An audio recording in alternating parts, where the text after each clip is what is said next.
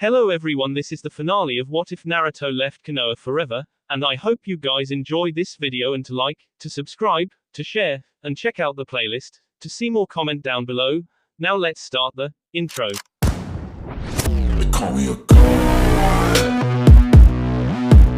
They call me a god. They call me a god. Join my membership, the perks are great. It's in the description. Be sure to like and subscribe, it gives me more motivation. Enjoy. Several hours later, Team 7 were using every ounce of stealth they knew to make their way through an underground cave. Naruto had explained to Team 7 his plan, and to say they were shocked was an understatement. Naruto was more fox than anything by proving his trickster side with his plan, and so now here they were making their way through a cave. Around 40 minutes later, Naruto, who was in front of the group, held up his hand and using Team 7 hand code told Sakura to move to the right tunnel, Kakashi to the left tunnel, and Sasuke to follow him down the middle tunnel. Each member took one last look at one another and moved down their separate tunnels. Back in the elemental village, the church bells rang, showing it was 3 p.m. Tsunade sighed and said, "All right everyone, you know the plan and Team 7 should be nearing their objective. Remember, time is of the essence. We have one shot on this plan working, so everyone move out." Blurs where all that was left where they once stood as they began heading toward the castle. 15 minutes later, Sakura found herself in a torch-lighted room made inside of the cave, and she noticed on the ground was engraved a seal. She looked at her watch to see what time it was and thought, 10 minutes, as she stepped into the middle of the seal. Kakashi was sitting on a seal reading his book and thought, just 10 minutes. Naruto and Sasuke came to another fork in the cave, and Naruto pointed to the left and Naruto started to go to the right, ignoring the center one, when Sasuke grabbed his shoulder and signed out, "Be careful and come back to your family alive." Naruto nods and mouthed thank you as the two men went down their own tunnel.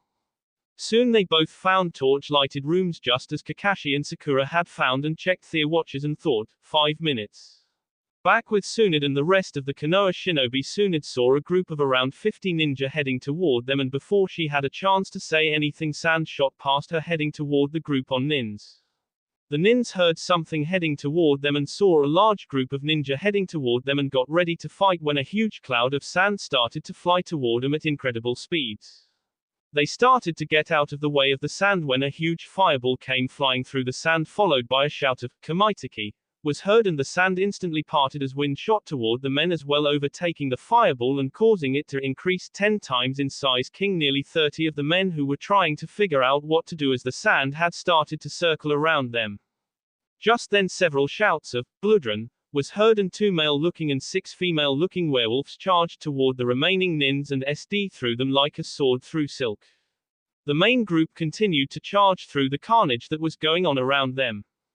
The shouts of the men had alerted another group of around 15 men who were heading to relieve the first group, and 2 green blurs shot past Tsunade, who was taking point, intercepting the men with shout of "Springtime of Youth" echoing from the blurs. Tsunade thought as her troops continued past the green blurs and shouts of pain, "That's Hana, Kiba, Chum, Lee, Guy, Sakura, Sasuke, Naruto and Kakashi. That leaves me with Genma, Iruka, Itachi, Gaara, and Temari. Jiraiya will begin his move soon with his group from the south of the castle."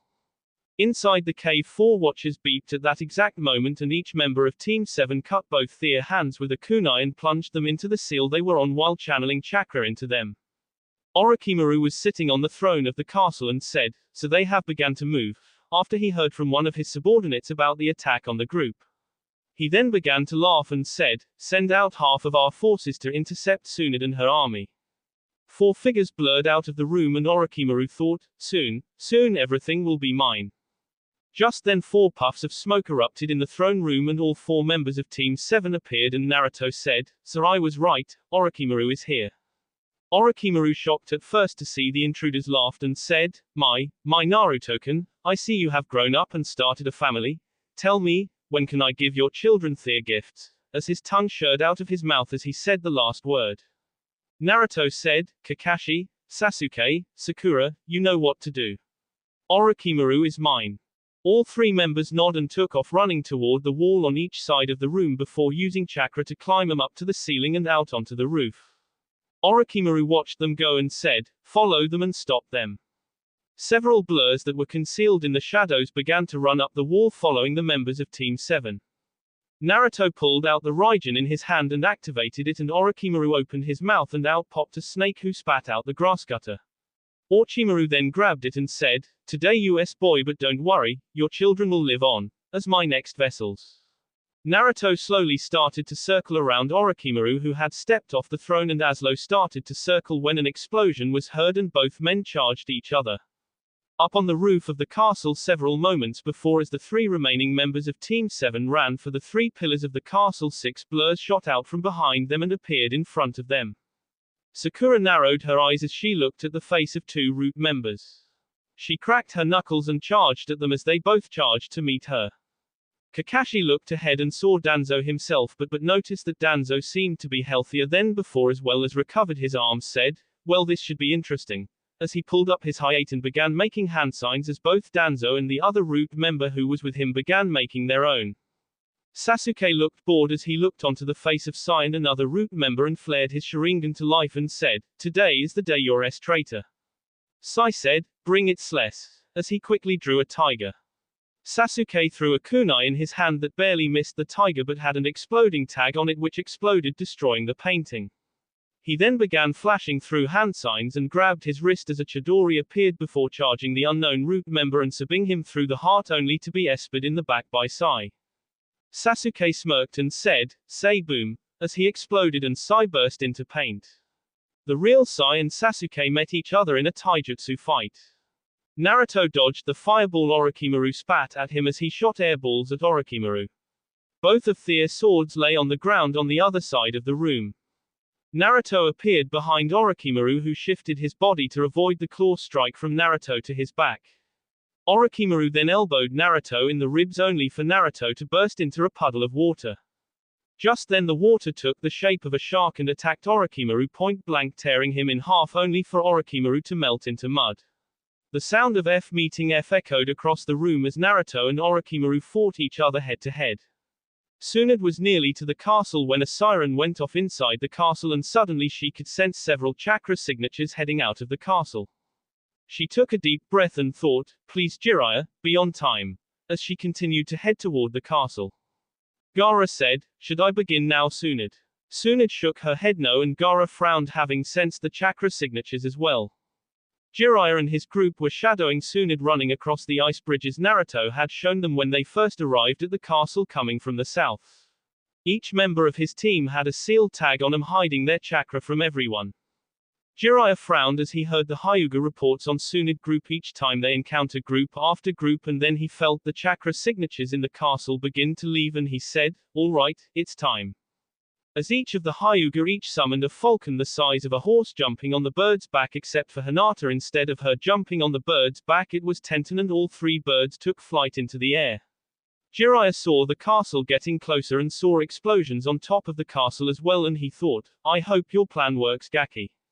Tsunade group had just broke through the tree line of the forest, seeing men charging toward her group with already close to 100 nins across the bridge, and she said, "Gaara, now." Gaara-san shot out again, this time making a huge wave heading toward the men, forcing them to stop their charge. Just then exploding tags rained down just away from the group of men who were charging to the north to attack Tsunade, and everyone looked up and noticed 3 birds basically gliding in a spot in air as kunais rained down with tags, making any chance to escape that way a death trap. Seeing the sand charging toward them and the exploding death cutting off their escape route, the men had no choice but to start running back inside of the castle. At that moment, hearing from Hinata what is happening, Jiraiya instantly summons Gambunta and the remaining Konoha nins with him jump onto the toad's head, and they charge toward the castle. On top of the castle, the roof has been mostly destroyed thanks to Sakura super punches of death as she SD the head off of her last enemy with her father's sword. She then ran toward her objective of one of the 3 turrets towers. Sasuke coughed up blood as he removed the sword in his rib that Sai had ran through him as he finished the boy off with a Chidori. It took a run into the sword to be able to hit the boy, and Sasuke could feel the blood entering his lunges, so he used one of the few medical jutsu he had copied from Kabuto to heal the wound enough to stop the blood flowing in, but he would be sick and weakened until he could get proper medical care as he ran for his tower he had to get to. Kakashi was having a field day. He SD the Rootin up no problem and then cut off both Danzo arms and legs, and now he was sitting in the tower with Danzo body watching as Sasuke and Sakura headed for their tower, cutting off Danzo limbs every time they started to grow back, and Danzo screamed, "I hate you, Kakashi." Kakashi said, "The feeling's mutual, but I must say, this is almost better than Ika Paradise. It's a great stress reliever," as he chopped the regrowing arms and legs again. Gaara's sand formed a wall on the bridge, slowly pushing toward the castle gates, and the enemy nins were backing away from it, having no way to jump over it or around it since it blocked them. As it became flush with the gates of the palace, Tsunade ran over and kicked the bridge with all her might, destroying it as she jumped back away from the falling slabs of brick that fell into the chasm below. Inside the palace, Naruto and Orochimaru were trading Justu like it was free music downloads on the internet. Anyone unlucky enough to get near the mess. This was nothing more than a contest to see who had the most jutsu. Orochimaru said, "I must say, boy, I am impressed. If it were not for the Kyuubi, I would take you as my vessel," as he shot a mud dragon at Naruto. Naruto's watch started to beep and Naruto smirked and said, "Guess what, Hebi?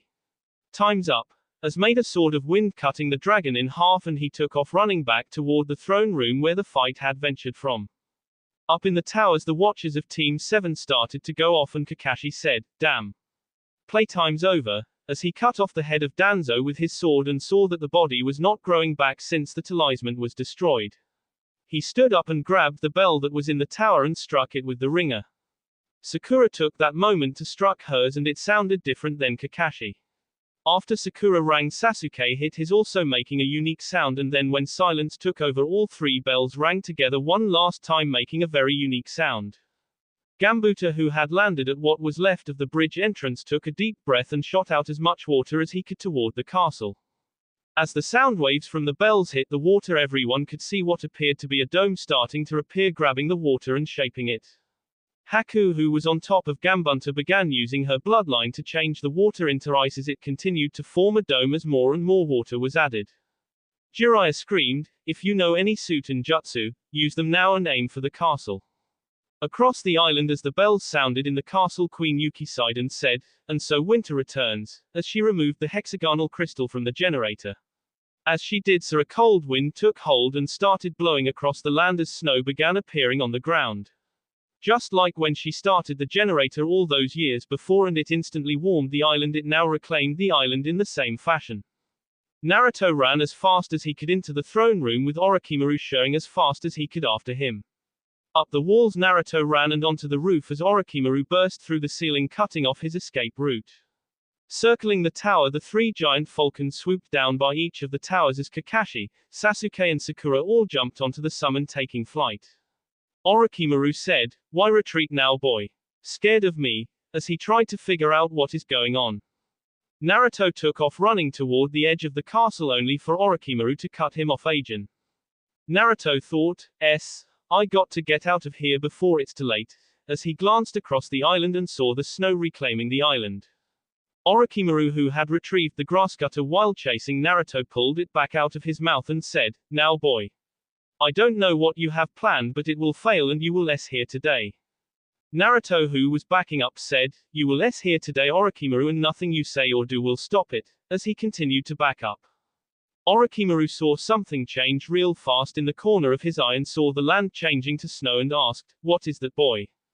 Naruto smirked and said, "The cold hand of Death Snake," as he turned and ran as fast as he could, leaping into the air over the chasm. Orochimaru gave chase but stopped before jumping off the roof and looked at Naruto, who had put his hands out beside him and was now falling straight into his death in the chasm below. Orochimaru thought, foolish, as he turned to try and figure out what was happening. Just then a whining noise was heard and Orochimaru turned to look and saw Naruto in some kind of black armor with two rocket wings on his back, and he smirked before flipping Orochimaru off as the wave that was reclaiming the island hit the castle, and everyone who was outside of the castle could see that the dome that was making around the castle was now falling into the chasm below as it stopped moving.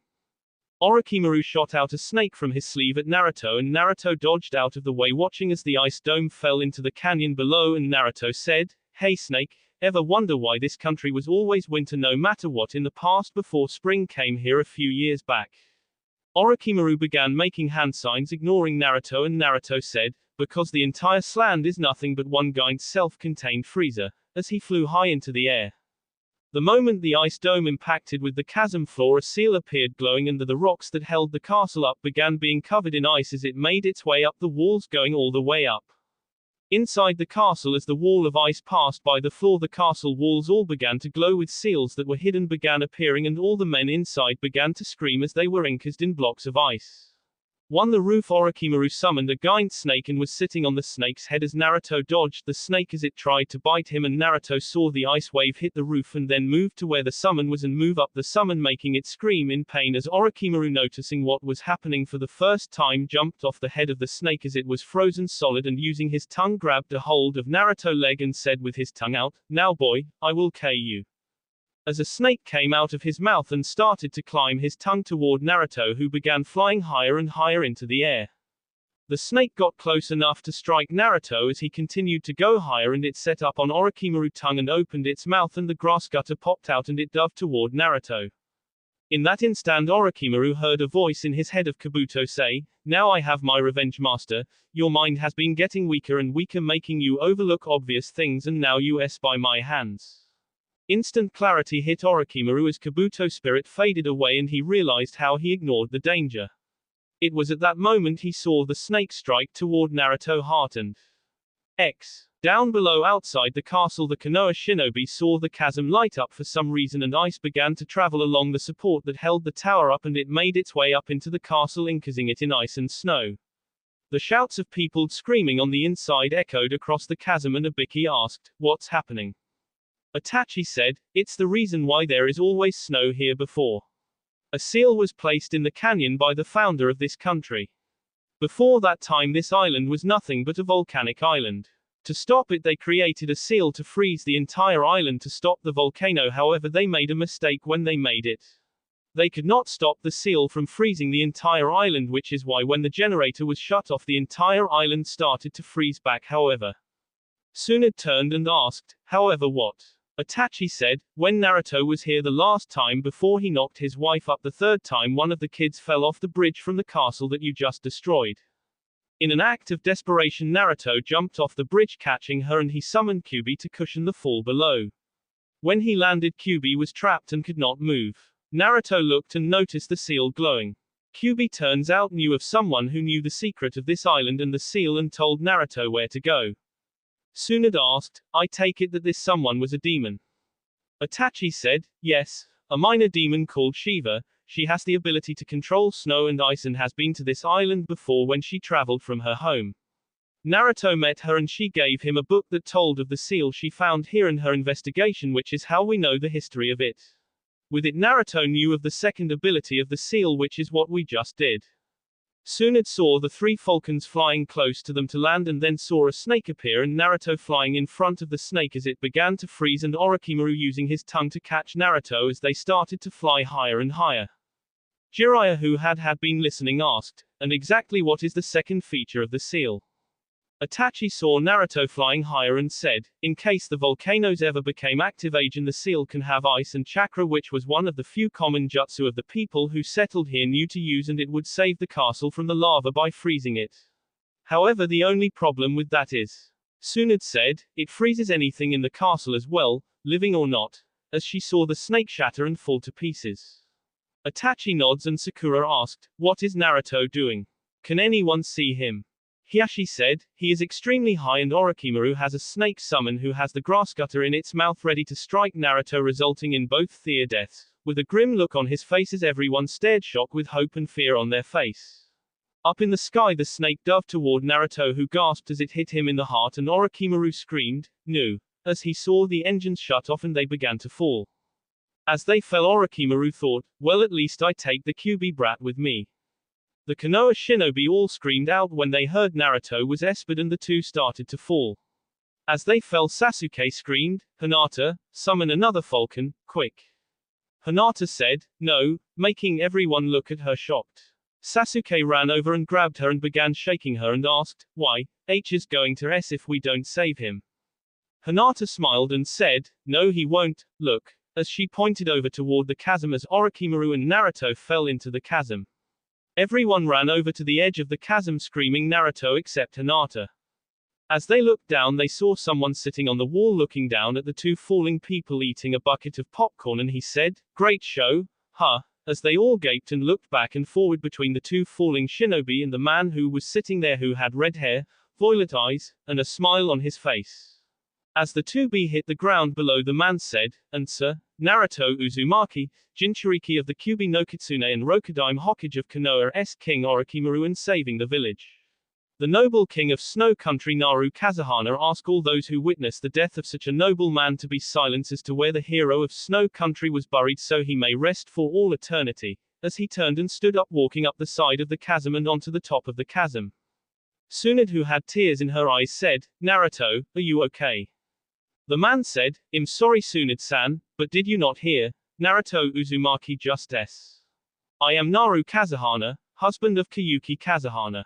I am sure you are all emotionally distressed seeing someone you all care for like that and I offer my apologies and would offer you all free travel rights to come and go in my country whenever you wish as long as you do not pose a threat to my country. I would like to hear more about the person who saved my wife's life. Now if you would like to escort me back to my village I would like to inform my people that the threat to our home is over. I am sure now you can return to Konoha and inform the council about the boy's death as well as your village's continued existence thanks to the fallen hero.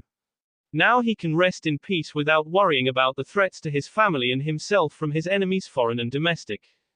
Shikamaru said, "I see. We are sorry for the misunderstanding your highness about not recognizing you. You just look so much like our departed friend that we had hoped he survived. Since you straightened out this for us we avoided an incident where the council might have thought you were him as well and declared you a missing nin." Each of the Konoha shinobi held their head down realizing this is what Naruto meant when he said he was never returning to Konoha. Each had a small smile on their faces as they walked back to the village. 3 weeks later Tsunade stood on the Hokage Tower having just finished telling how the Rokudaime Hokage of Konoha had saved the village thanks to the traitor Danzo and how thanks to the people of Snow Country they were able to be free from slavery as well as stopping the revived Orochimaru. As she listened to some cheer the demon's death and other mourn his lose she said, "I have one final thing to say. You can all go to Fing Hell. I resign as Hokage and I will never return to this village. You are all nothing but a disease that should be ked. Each of the founders of this village would be sickened by you all. I have spoken with several people before this announcement and Konoha has lost the Yamankas. The Nara, the Akamiki, the Oburame, the Inuzaku, the new united Hyuga clan after Hinata. Hiashi, Neji assassinated the Hyuga council and unified their family as well as the Uchiha family and yes, we ran into Sasuke Uchiha on this mission and he has joined another village over your treatment of someone he considered family, as well as several business, your alliance with Sand, Wave, Snow, Bird, Bear, Demon, Moon, Star, Rice, Sea, Tea, and Waterfall country as well as the support of the Fire Lord himself who is sickened by someone who was obviously a hero. I hope you have a long miserable life. Goodbye." As she jumped into the air and summoned Katsuyu and said, "Get me out of this hell hole and don't worry about the damage."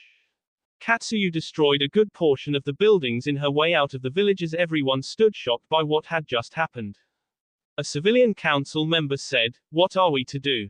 Just then Kyubi appeared out of a puff of smoke standing on the top of the Hokage monument and he said while releasing massive waves of ki, "Enjoy your lives little humans because those who harmed my vessel are going to be joining me in hell and I will love playing with you all for all eternity," as he used his tails to destroy the Hokage monument before going up in smoke.